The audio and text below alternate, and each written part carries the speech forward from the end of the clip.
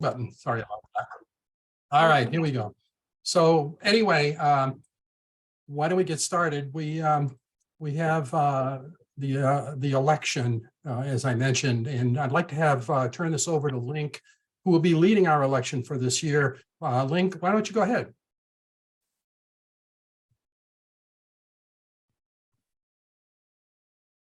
Is he on mute? Oh no, we can't hear you, Link. Is he here?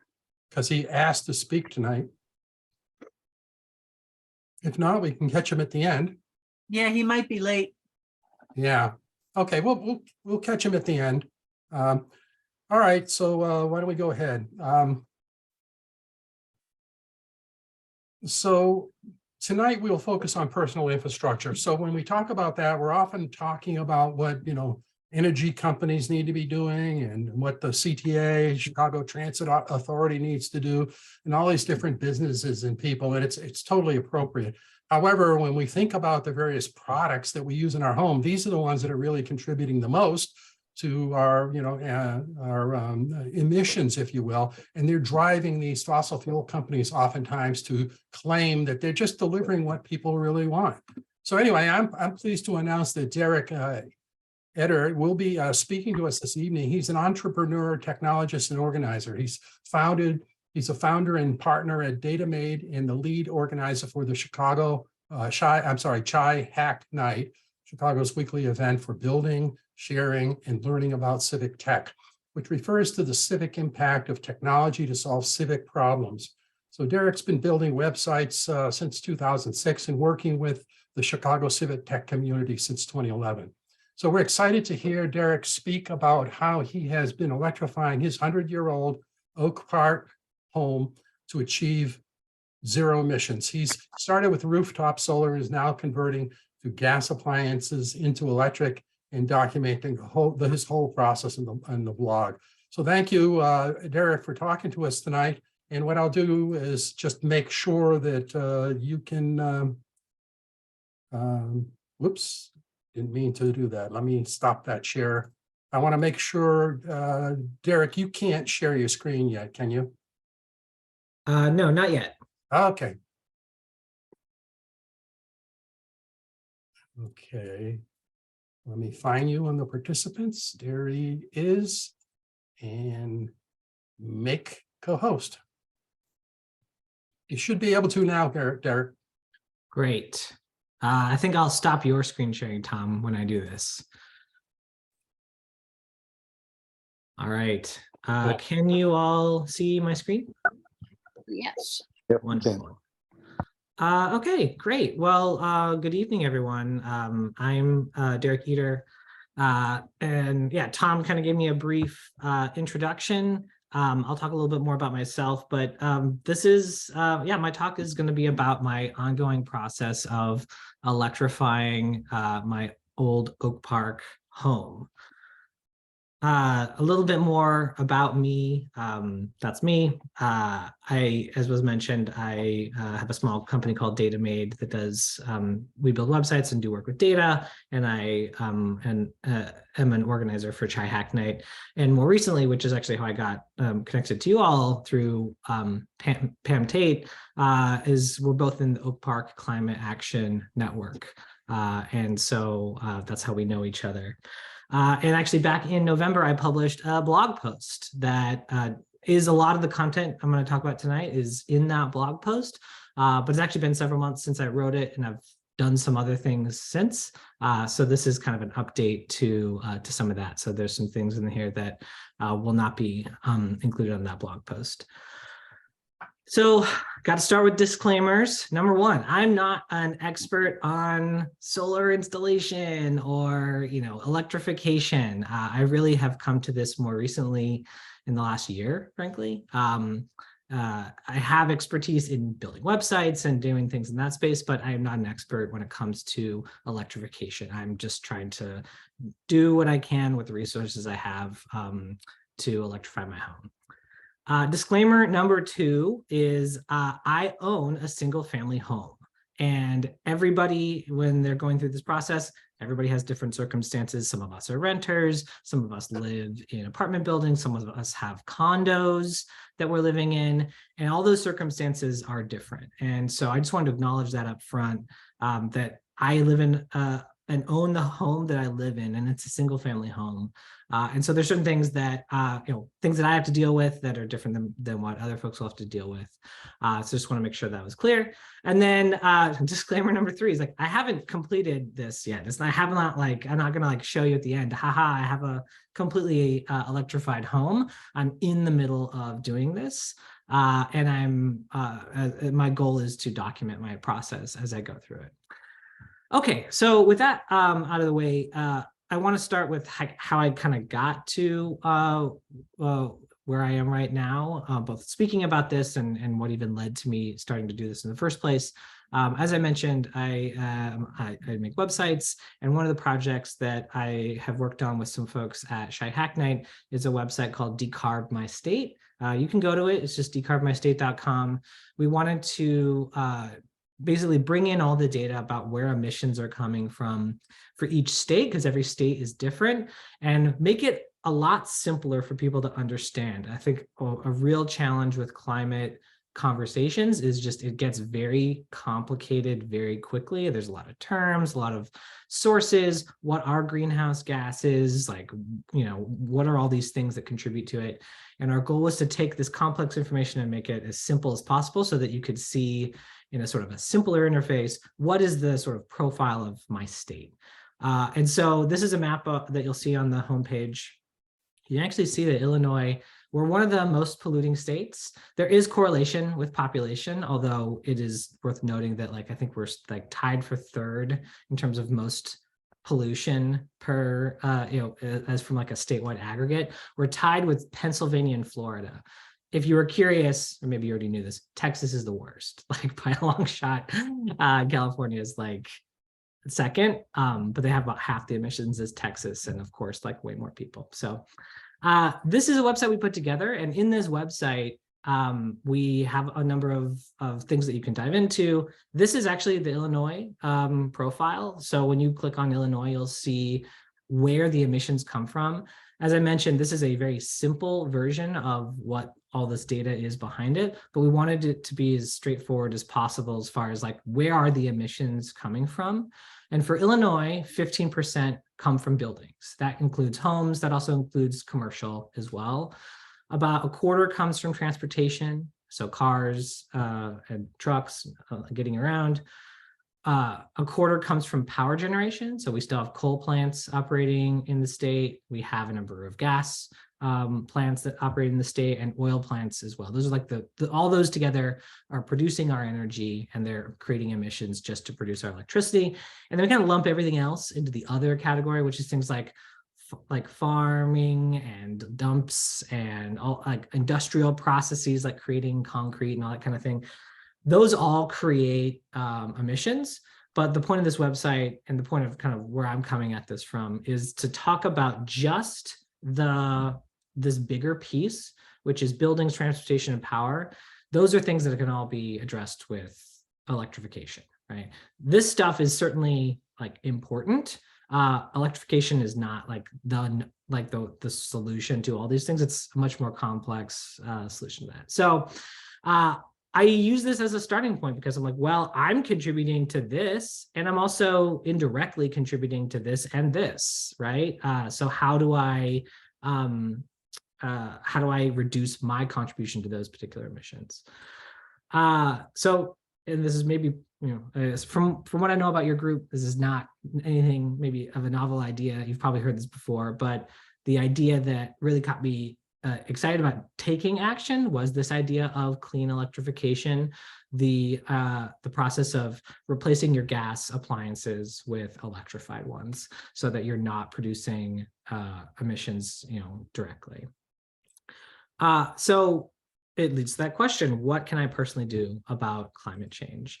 And on our website, we actually have 2 calls to action. One is get political, which it sounds like this group is already pretty engaged in. So we tell people to help donate and elect climate-friendly candidates.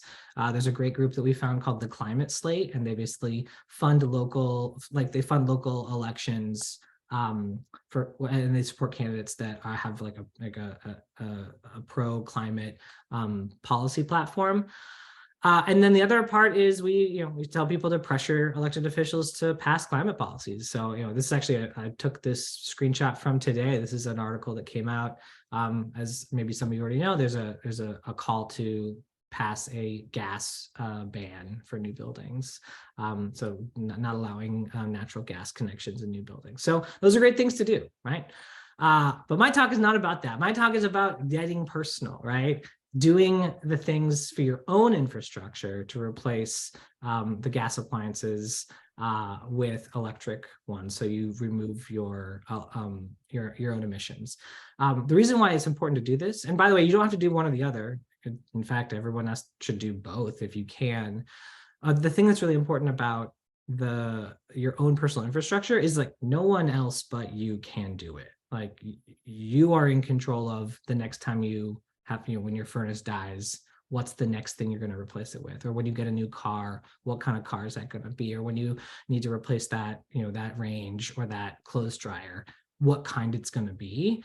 Those are decisions that only individuals can make. There have been a ton of policies passed that help make that an easier choice, but it ultimately does come down to individuals making that choice. And again, we go back to like the percentages here. Like we're not going to chip away at transportation and buildings unless more people actually take that personal action and replace their own appliances. There's policy that can really determine what's going to happen with the power plants, but these things are there's policy pieces to them, but ultimately it does come down to people making those individual choices. So this is actually a picture of a guidebook that if y'all are familiar with Rewiring America, it's a nonprofit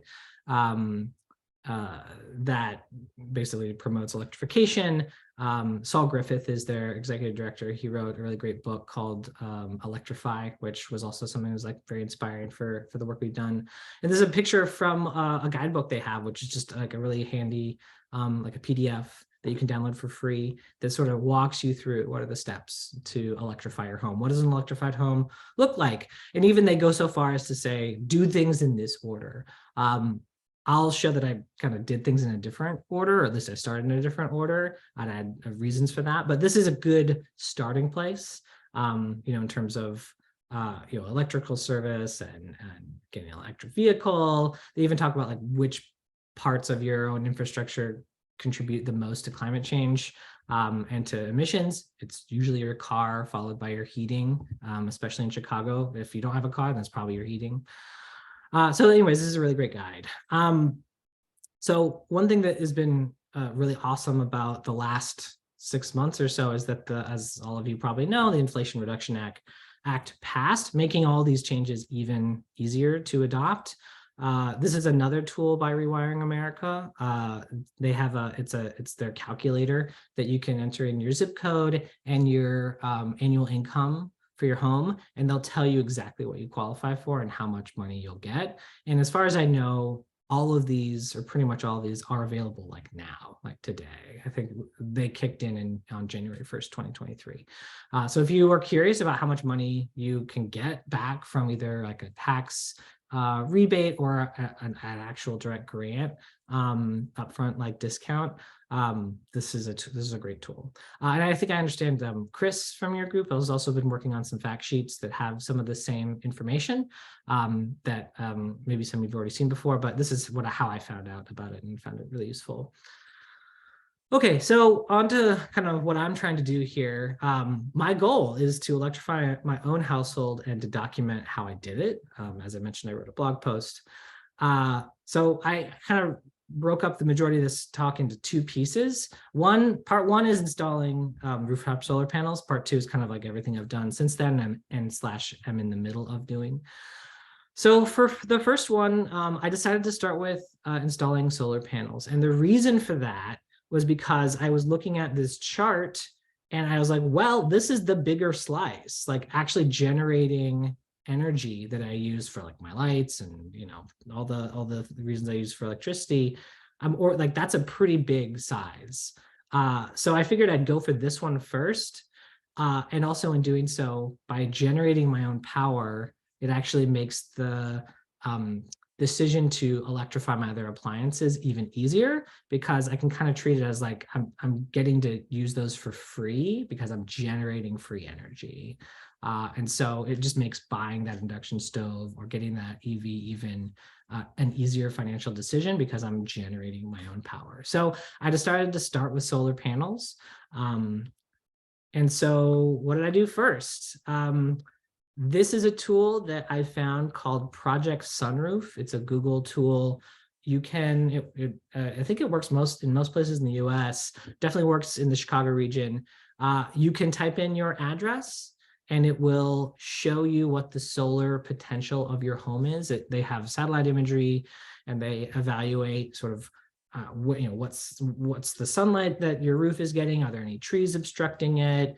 And then it sort of calculates the size of what a solar installation could be for your home. And so I used this and I got this information. You basically give it your address and what your, I think, monthly electrical bill is. And based on those pieces of information, it said that I could install, I think, up to like 17 megawatts system, and it would cost me $22,000 up front, and it would be a $43,000 savings over 20 years, or benefits over 20 years, $21,000 of total savings, and it would pay for itself after 10 years.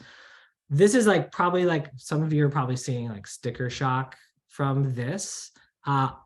What it actually ended up being for me was actually a bit less, and I'll get into like why that was. But it is worth noting that if you are going to install solar panels, there is an upfront cost. You get your money back, but there is an upfront cost. So obviously that's a restriction.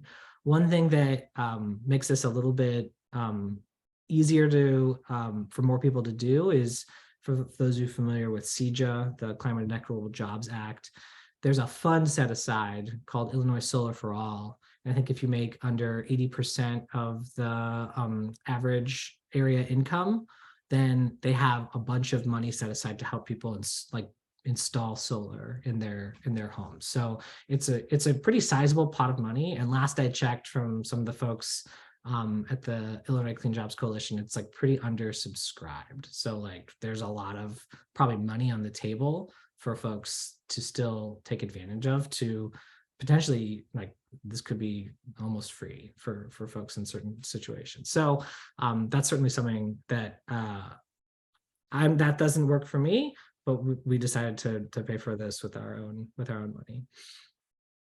So the next thing I did was I sought out a solar installer. I'm not here to recommend anyone in particular. We went with Ailey Solar. They operate in our area. I found out about them through a local Facebook group, just getting a local recommendation from some other people who worked in Oak Park before. You've probably heard of lots of solar installers. I'd say just generally when it comes to picking one, get multiple quotes, because there is quite a range in terms of there's just like anything, there's like a high-end solar panel brands, and then there's lower end and there's middle of the road, and the price can, I got a quote that was like almost double like what I ended up getting from Ailey. So it really can vary. And so that's just, generally when you're getting, trying to get a contractor, you want to get multiple quotes. So that's what I did here. This is just a snapshot of their proposal of like what it was going to look like. I'll say that also, again, this is my experience, so I don't have like statistics on how this is for other installers, but Ailey was actually like really instrumental in helping me get through some of the bureaucratic hurdles. Like, you have to get permits from the village, you have to have an inspector, make sure that they can install your roof can actually support the weight of additional panels on top of it. they took responsibility for sort of making sure it got through all those steps. And so that's something I think I would look for in an installer, someone who could actually help you navigate this bureaucracy, because there are some steps, and I assume there's different ones and different steps to go through, depending on where you live. But anyways, this is what they proposed. We ended up getting a proposal for an 8.7 kilowatt system. We actually had space for more, but at the time we were restricted.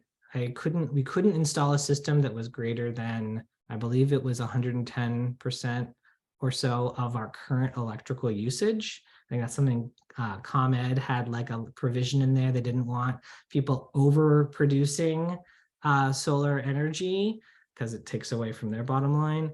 But I actually read recently that restriction was lifted like a couple months after we installed these. So we could have installed more, which I think would have been a good idea, because we are going to, as we electrify more things, we're going to use more electricity. So while this is a system that handles 100% of our current electrical usage, I anticipate, next year and the year after, my electrical usage is going to go up.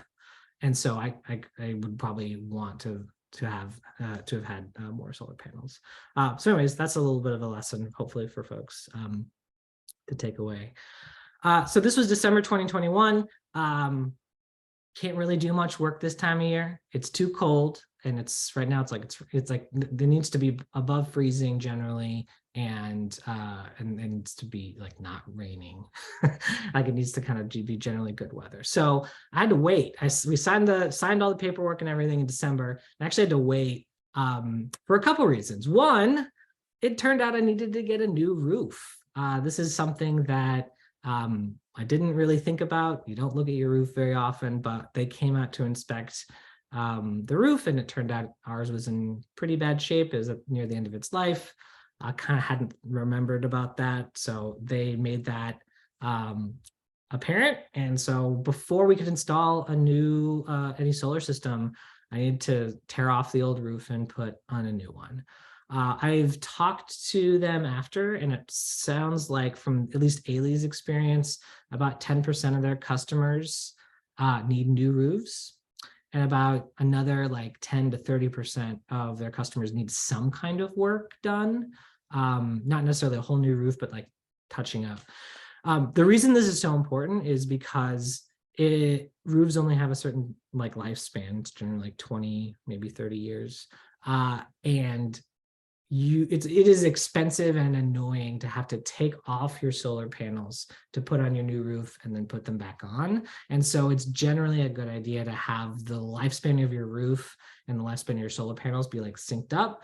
So the solar panels are generally like 30 years. So because we have a new roof on around the same time we put the solar panels on, those things are going to kind of, when it comes time in 20, 30 years, those are things I'll hopefully get to replace around the same time. So it's a down the line cost that you can avoid if you make sure that your roof is kind of in the same life cycle as your panels. So we had to wait till April to do that because couldn't really do too much work in the dead of winter in Chicago. And while we had them do that, I decided that it was a good opportunity, because they're opening up our roof, to add some insulation. And that's something that I'll get into a little bit in the second part of my talk, but insulation is actually a really important thing, especially on your roof. And so we had them install an inch of insulation. This is actually them. They tore off the roof. This is the insulation. And then they put on the coating on top. It turns out there was actually another missed opportunity here to air seal our attic space. Because they had ripped all this off, it would have been pretty easy for them to get in there and do air sealing. We didn't have them do that. We just had them add this layer. And so it was good to add the layer, but again, it could have been better, because it turns out I'll have to air seal my attic anyways for heat pumps to make a lot of sense in my home. And so that was a missed opportunity. So we're gonna have to go back in and like open up the roof again. But we could have done it at this time and saved some money. So they did that at the same time. And then finally in July, because they're kind of backed up, and I imagine a lot of solar installers are probably pretty busy, it took them until July to get the system installed. And so here they are. We have 24 panels. It's an 8.7 kilowatt system. We also, while they were doing it, had them upgrade our electrical panel from an 100 amp service to 200 amps of service. And this is because we anticipate needing to use more electricity, and our old box just didn't have enough space. It was like generally about half the height of this here. It didn't have enough space for all the new circuits and that we anticipated needing to add. Well, the reason we did this in conjunction with the solar panels is because you get I believe it was 26%, but now I think it's up to 30%. You get a tax rebate from the federal government for installing solar panels on your home. So you get 30% if you were to do it now.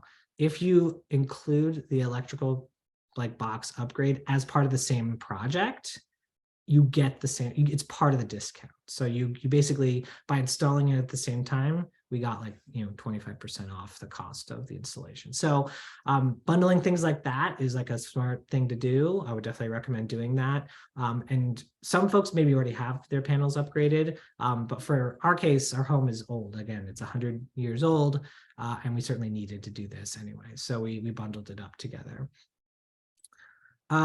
This is the outside of the building. This is our electrical service. We actually had to get a new electrical service brought in, and a new meter. This box down here is an emergency shutoff. And then this box here is a device that controls and monitors the panels. It's a device called Solar Edge, which I'll show some screenshots of in a moment. But this is on the outside of our building, and you can see they actually have to install this cutoff outside, in the open, which I was like, why? And they're like, well, you're generating power. There's potentially, if there's ever an emergency worker will need to have access to shut it off if needed. So that was something I just wasn't expecting, but there it is. And it's sort of in a conspicuous spot, so it's fine. So this box is really neat. It allows you to see the current status of your solar system. This is a screenshot of it. There's a phone app for it. There's also a website you can go to, and you can start to see what the production is of your solar system. You can also see if any of the panels aren't working or are underperforming, and see how that's all looking. And so it's just a way to kind of monitor the system. Our installer also monitors the system, so if there's anything that goes wrong, they get notified as well. Which is nice, just because something I hadn't thought of is just yeah, you build a thing, you install on your property, you also have to kind of monitor the system, because there's it's doing stuff, right? It's actually producing energy, and those are things that need to be generally monitored. I don't look at this every day, although when I first got these installed, I sure looked at it every day. And then now for the payoff, right? So this is a chart from my ComEd account. You can get to this if you have a ComEd account under my usage. There's a section in your profile, and that is handy chart that shows you your usage. So this is what it was before, and then they also have this line showing you the temperature, the average temperature for that month. We installed our panels in mid-July, and so since then, I took the screenshot yesterday or the day before. We have yet to our energy bills have been drastically reduced. We have actually not drawn any power from net power from ComEd. We're still we overproduced so much in the summer that we're still getting credits back and working away those credits from ComEd. The way that works, it's called net metering. Essentially, for every unit of energy you produce, if you don't use it, you kind of bank it with them, and then in the winter months when we're not producing as much, we're just drawing down from those banked credits. And so that's why the system is providing 100% of our energy. Although what that actually looks like is we're producing more than we need in the summer and about less than what we need in the winter, but they kind of averages out over a year. And so that's kind of how that gets calculated, because the sun certainly does not shine as much in the winter. You might be asking, well, why do you pay anything though? Aren't you producing your own energy? And the answer is we are still connected to ComEd, and ComEd charges a connection fee just to be for the privilege of being connected to the grid, right? So they always take this minimal amount. I think it's something like 15 or 20 bucks a month, just to be connected. And it's just kind of, it's the cost of doing business, right? Like we still do need to I'm drawing energy from ComEd right now, right? Even though I've given them like credits from our home. So anyways, that's what that looks like. So this will never, I don't, unless something changes policy-wise, this will probably not change. And hopefully, my bill will just continue to be about 15 bucks year round. I'll be curious to see if I've banked enough. I'm actually surprised that in December we didn't pay anything, because I only have like a part of a summer's worth of energy banked for our panels. But we haven't dipped into, we haven't exhausted those credits yet. So I'll be curious to see when that happens, if it happens in January or February or March. So now to the actual costs. So this is something that's also in my blog post talking about what everything costs. So we had to get a new roof. That's a line item here. And then we also added the insulation in there as well. The actual panels themselves cost about $26,000. We include the panel upgrade. We maybe overpaid a little bit for this from what I've researched, but again, we got the 25% discount off of that, so it's like not too bad. This is that 26% federal tax incentive credit that we will get at our 2022 tax return. Again, ours is 26, but I think it's up to 30% now. At the state level, they pay for they pay you for the promise of producing renewable energy for, I believe it's 20 years, called the solar renewable energy credit. So they essentially pay you up front for you promising to produce a certain amount of renewable energy. And so the state gives you that money straight up front. And then the Village of Oak Park actually has a energy efficiency program, and I was able to get a grant to help pay for that, which all told, the new roof was certainly not expected, right? And so that was an additional cost that I wasn't anticipating. And so that and then the grant kind of canceled each other out and kind of came out ahead there. And so the total was about $12,000 for this, which means it's going to pay for itself in about 9 years. So Google was kind of close, but like a little bit off. And I think the real big difference was the grant. And so I'd say that for anybody from a policy perspective, like even small amounts of money that can be given to people who install solar do make a difference, because it lowers that payback period, and just makes makes it much more enticing to install solar. You don't have to subsidize the whole thing, but smaller grant amounts is I think a really good policy. And I would hope that Oak Park actually would expand that. And I'm not sure if the city has any program like that. But obviously the Illinois Solar for All program is a huge source of potential grants for homes in Chicago. So lessons I've learned, I've said some of these, but I think it's worth reiterating a few of these. Again, we could have installed, at least according to Project Sunroof, up to 17 kilowatts, almost over twice what we had installed. We could have installed up to that amount, and I probably would have if I could do it all over again, or at least get higher than what we had. Again, if we just waited a little bit longer. I didn't know the IRA was going to pass. Frankly, I don't think anybody did. So I didn't wait. I could have waited and saved some more money from the IRA. Again, upgrading our electrical panel at the same time was a really great cost-saving move. I did the math on batteries. It just doesn't make any sense. I don't know anybody who has batteries installed, at least in Illinois. It seems like it could be useful if we have power disruptions, but I don't experience power disruptions, so it just didn't seem important to do. So we just didn't even really entertain it much. Again, there's like a 20 to 40% chance that you will need roof work done. I guess, again, that was like according to the stats from Ailey Solar from their customers. And then again, when we had that roof torn off, we should have really air sealed the attic space, because turns out we're gonna have to do that. Okay, so I have a part 2 about appliance electrification. I can like pause here though, if there are any questions. If there's any questions in the chat, I haven't really been monitoring that, but I can. It's a good place to pause if there's things that we want to get into before I move on.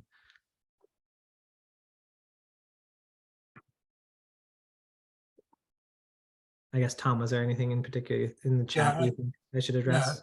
Yeah, Oh. if I could just say something quickly here. Please. I would say that I think it's and Lisa Albrecht would probably know better than me, but I think it's the older homes that are like before like 1985 or something that would tend to be 100 amp.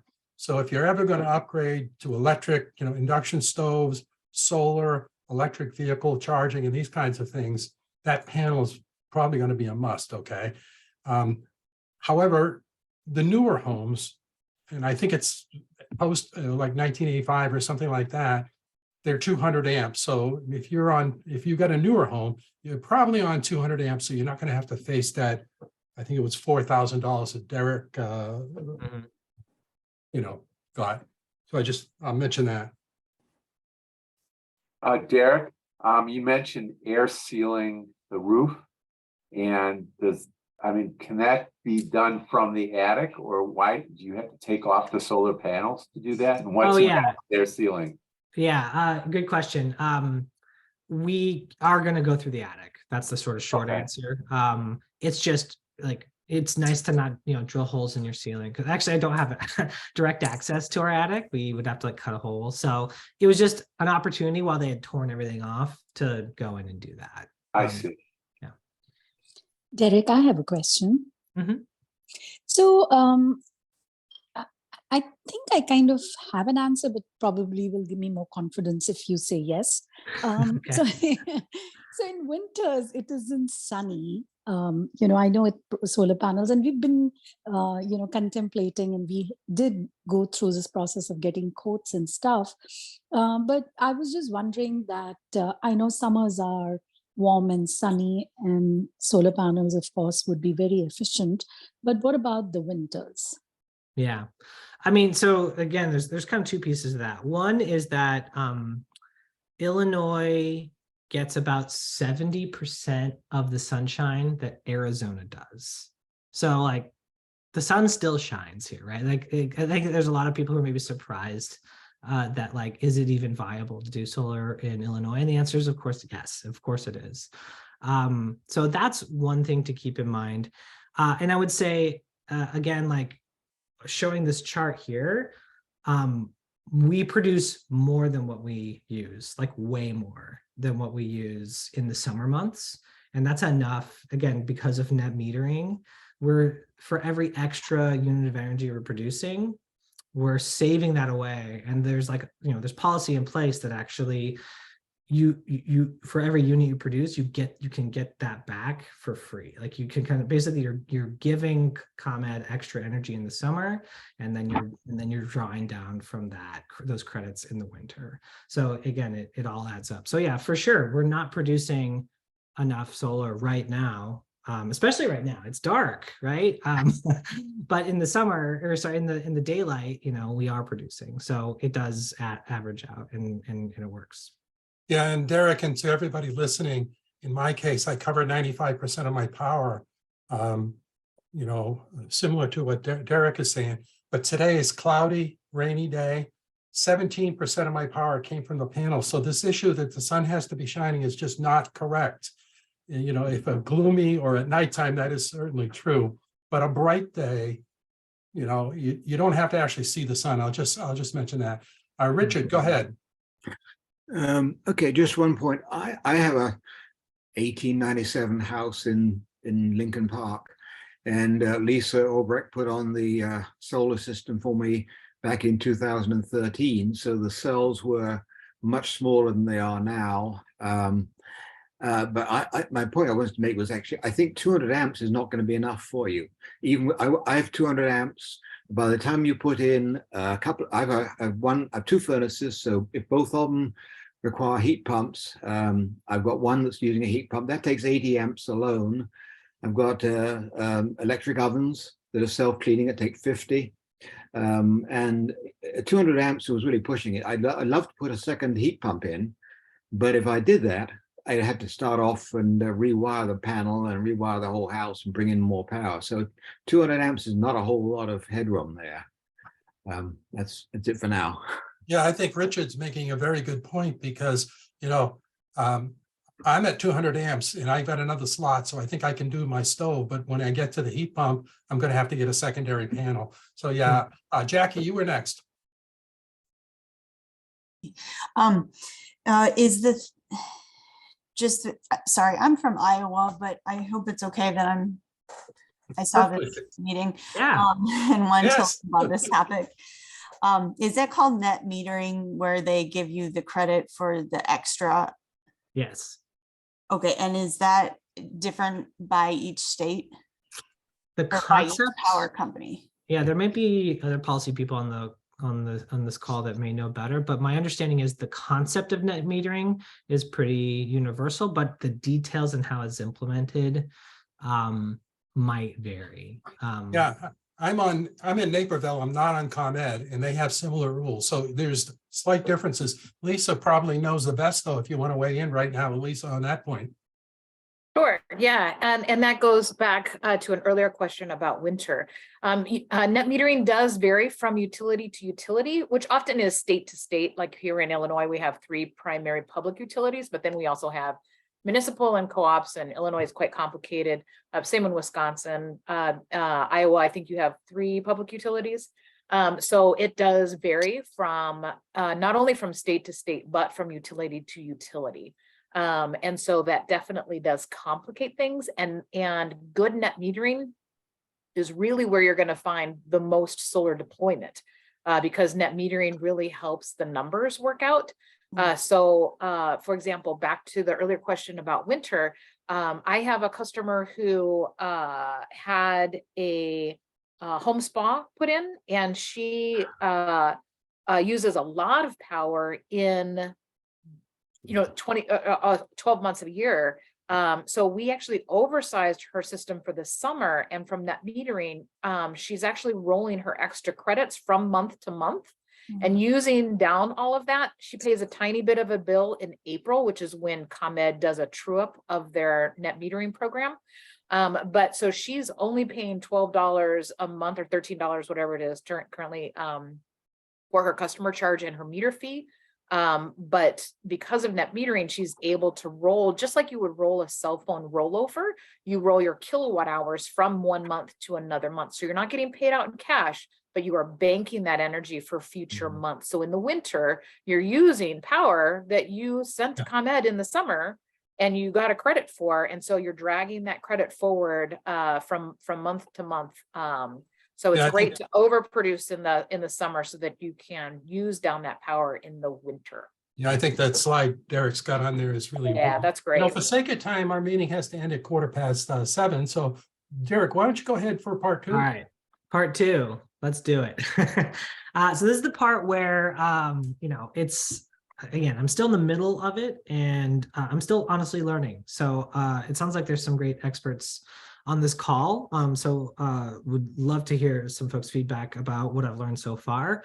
But now I'm talking about, I've got solar panels, right? So now it's time to electrify all those devices. So this is my list. I've installed rooftop solar, and actually just last month we got an induction range, which I'll show a picture of in a sec. Our next car is going to be an EV. We're going to replace our hot water heater, which is gas, with a heat pump hot water heater, and then replace our gas furnace with heat pumps, plural probably. And then it's the smallest one, it is on the list, is replace our clothes dryer with an electric one. So I'm kind of doing these in order of what is the greatest source of emissions. We don't drive a lot, so it's probably actually our heat.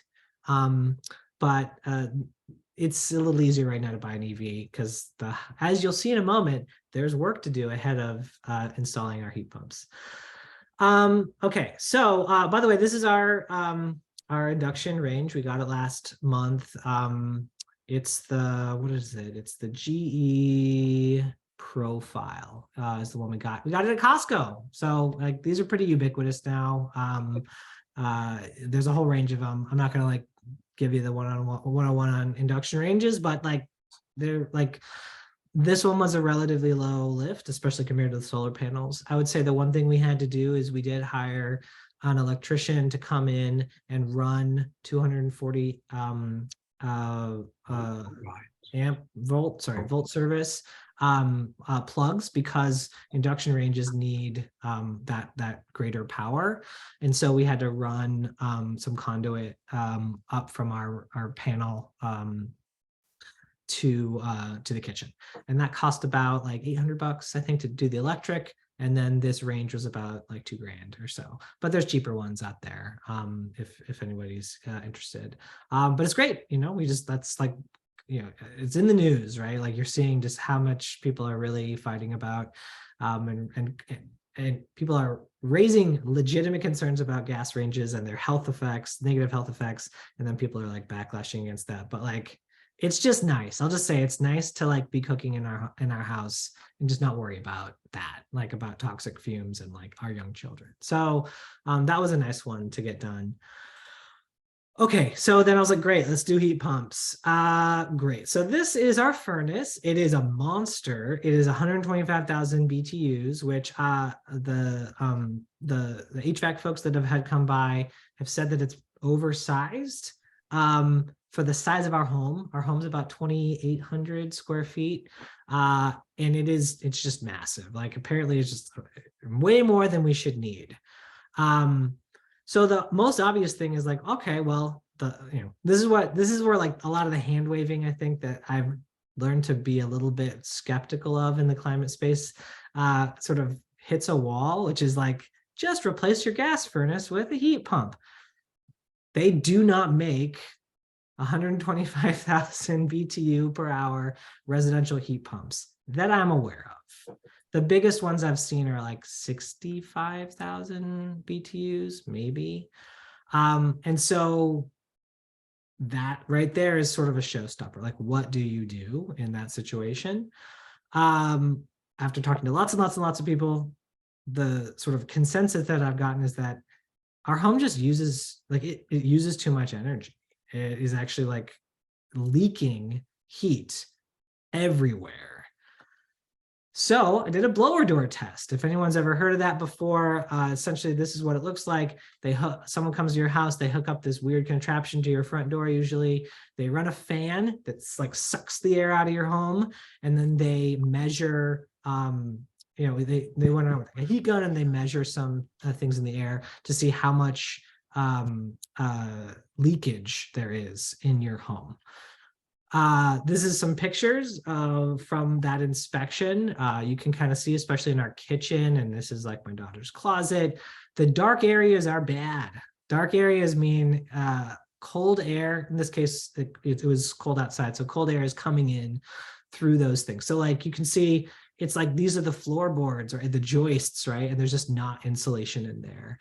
This is they just didn't insulate like the back of my daughter's closet, right? Because it was like an add-on from decades ago before I lived here. And like, there's like there's like leakage where this light fixture is, right? There's like all these tiny little places where heat is escaping. And so this is the actual blower door test like results that I got.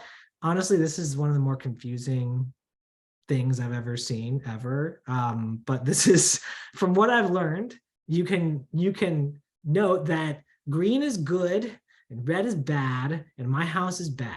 So a tight home has about 1383 on the CFM50, and mine's triple that almost.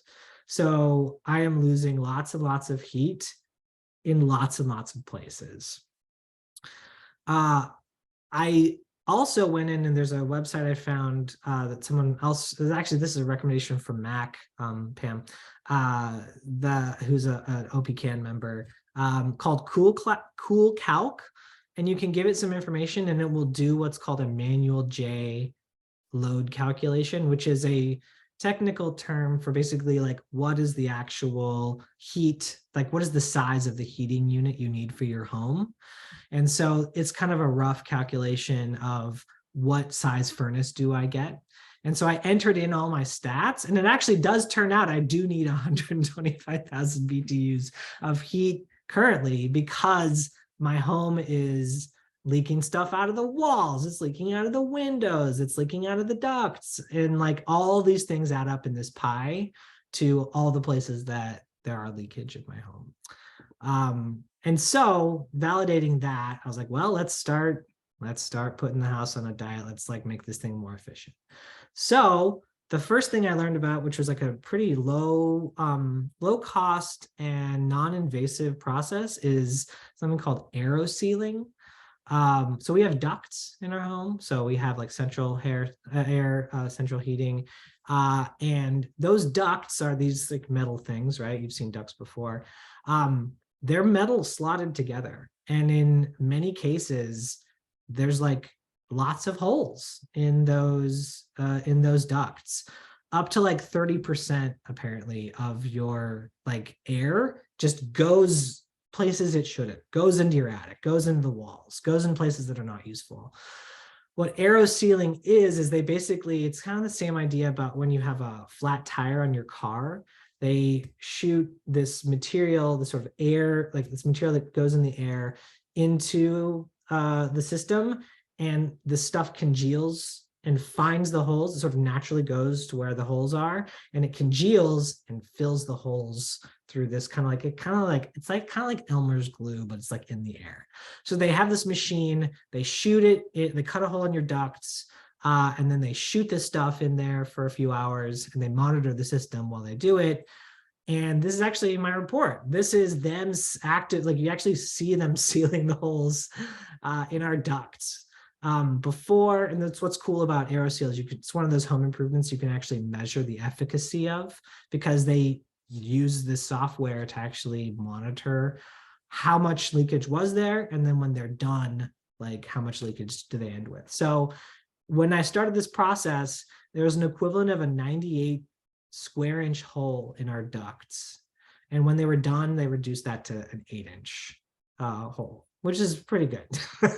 So it was like all of a sudden our airflow and our for our heat is much more efficient. And that was actually something that we haven't replaced our furnace yet. We actually already felt the difference in especially the second floor getting like better heating and better airflow. And this was a pretty easy process to do. So I definitely recommend that if anybody has ducts. Almost all ducts Derek, would you at some point put in or put in the chat the cost of the blower? Oh yeah, good question. Yeah, I think the cost was about $3,000 to do this, and it took a day.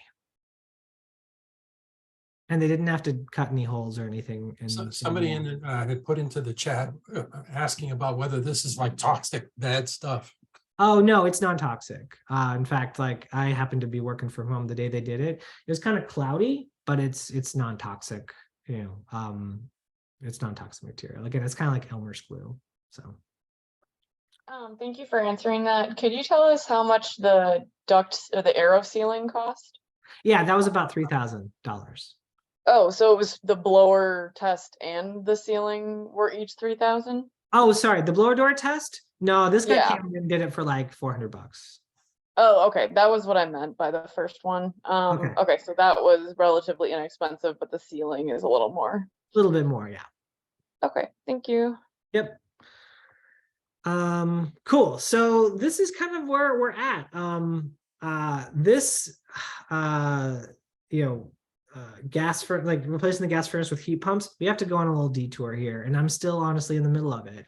We've done the aero sealing, we've weather stripped the doors in a lot of the obvious places. I actually bought a little device that I can hook up to my phone that's an infrared camera. This is what it is here. And I can actually take my own pictures, infrared pictures. So I'm like hunting around in my house for all the places that are like leaking.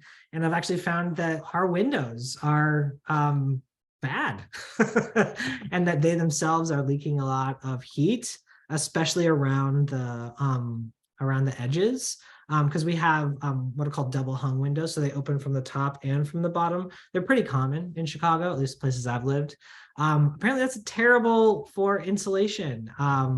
The best style of window, according to my friend who's an architect, is casement style, which are the type that open up, or they could open up sort of like a door, because you can kind of crank that lever and it makes a very tight seal.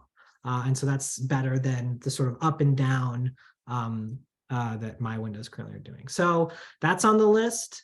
And then, yeah, again, air sealing the attic is something that we're going to have to revisit. So my goal here is to get my house to like maybe be in the moderate so that I can actually install a reasonable number of heat pumps. I could just install like 6 heat pumps today, but that's kind of insane. And so it seems insane. And so I'm hoping that we can make enough improvements so that we can install like a large one to replace our big furnace. And then maybe for the second floor, we use mini splits, something like that. But I think it's meeting in that middle. I've found that all the people in the passive house space think that I need to do all kinds of things. Like I have a brick home, and like I've been told that I need to put vinyl siding up along all the brick and like create like insulation. And some people are saying like you just can't do it. You can't. And so like it's kind of frustrating because I think there's a whole passive house community. Maybe some people from that community are on this call. And it's like they have a very specific way of building new homes. But my problem is like, I'm not gonna, like, it's not reasonable to like demo my whole house just so I can have it be efficient enough for heat pumps. There has to be like a middle ground, because I'm not alone. Like there are so many, there's like millions of single family homes and other old homes in not just like, the Chicago region, but like nationally. Like it's not a reasonable plan to just only build new stuff. We have to have a good idea about how to retrofit these older homes. And so I'm hoping that I could find a nice middle ground that's not too expensive and not too, doesn't like destroy the look of my house, because I kind of like how it looks. So that's kind of where I'm at. These are all of my resources. These are all linked to in the blog post, and you have the slides in the chat. But that is where I'm at this moment. So happy to open up the rest for questions. Yeah. So, Derek, question. There was a question in the chat about the pots and pans for the induction stove. My understanding is many regular pans will work, but they've got to be like metal, right? Yeah, so when we replaced our stove with an induction one, we had to get rid of maybe like a third of our pans. And yeah, cast iron still works great, which is awesome. In fact, that's like the big surprise is like cast iron pans would take so long to heat up on the gas stove, and now they're like, it's so fast, right? That's it. I think I've heard a lot of people in the that switch to induction notice like it's just so much faster. And plus you can like touch handles now, like on some pots that were just usually too hot. But yeah, the general rule of thumb is if you can take a magnet and it sticks to the pan, then that pan will work with induction. Otherwise, no. John, you got a question? 2 quick questions. I have a 8-year-old home. Will I need a new 240 outlet? I mean, I just don't know. Do I have to have an electrician, even on a new home, put in my 200 amp box for an induction stove? Does anybody know? So you'll know the outlet, it looks different than the normal outlets you see. They're kind of, maybe I can find a picture of it actually real quick here and show you what it looks like. the outlet looks different and it is bigger, and it's usually kind of like a circular looking thing. So if you have something like that in your kitchen already, then you're good. So it's like a Otherwise- dryer outlet?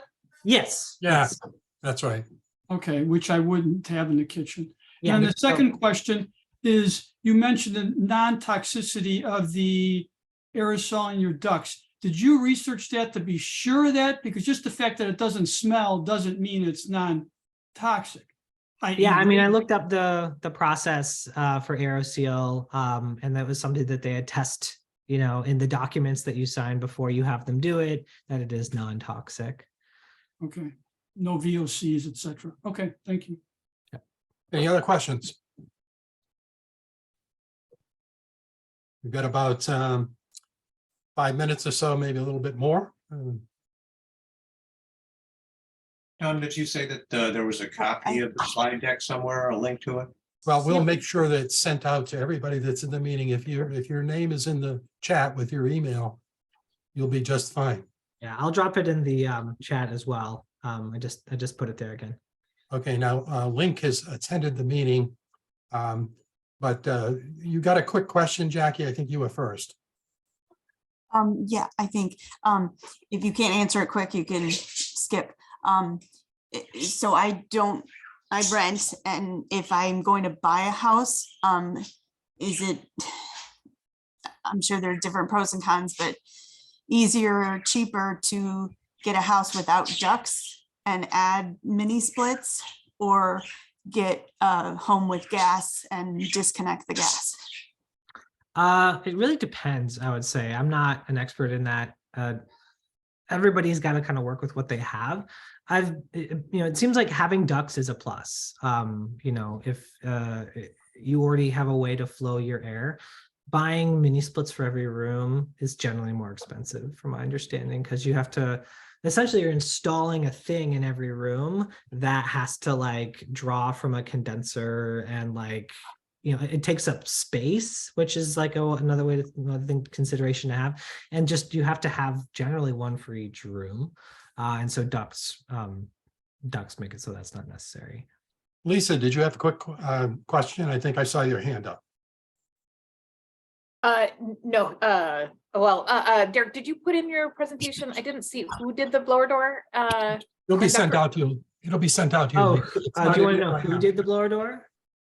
Yeah, Let me just say that Lisa Albrecht, who is speaking here, she's our she's our team leader for our solar energy group within Climate Reality.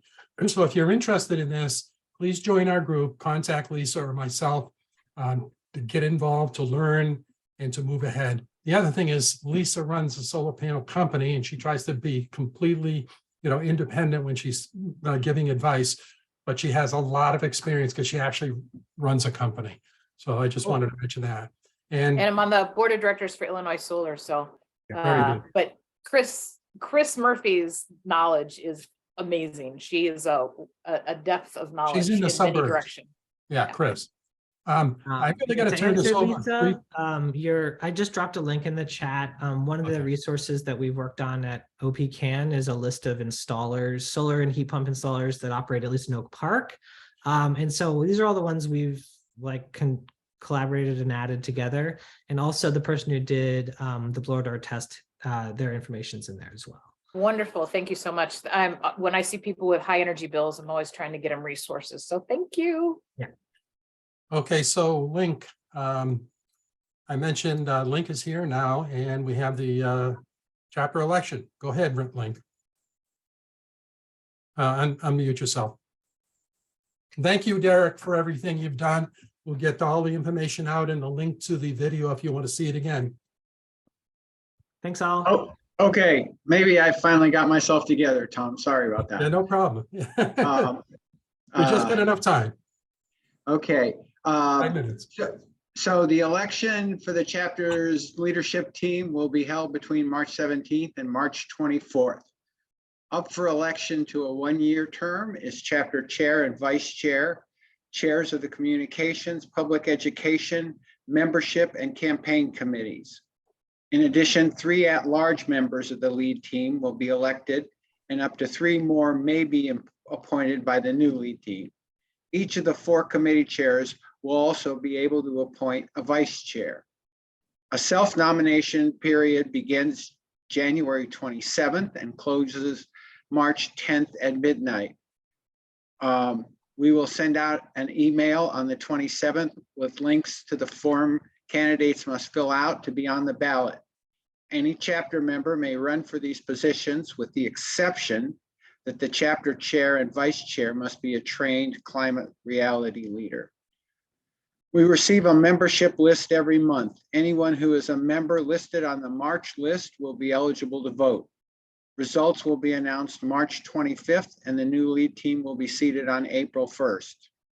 We need new blood, so I encourage anyone interested in getting more involved in building our chapter and helping to make a difference in the climate crisis to give it a shot. Thank you.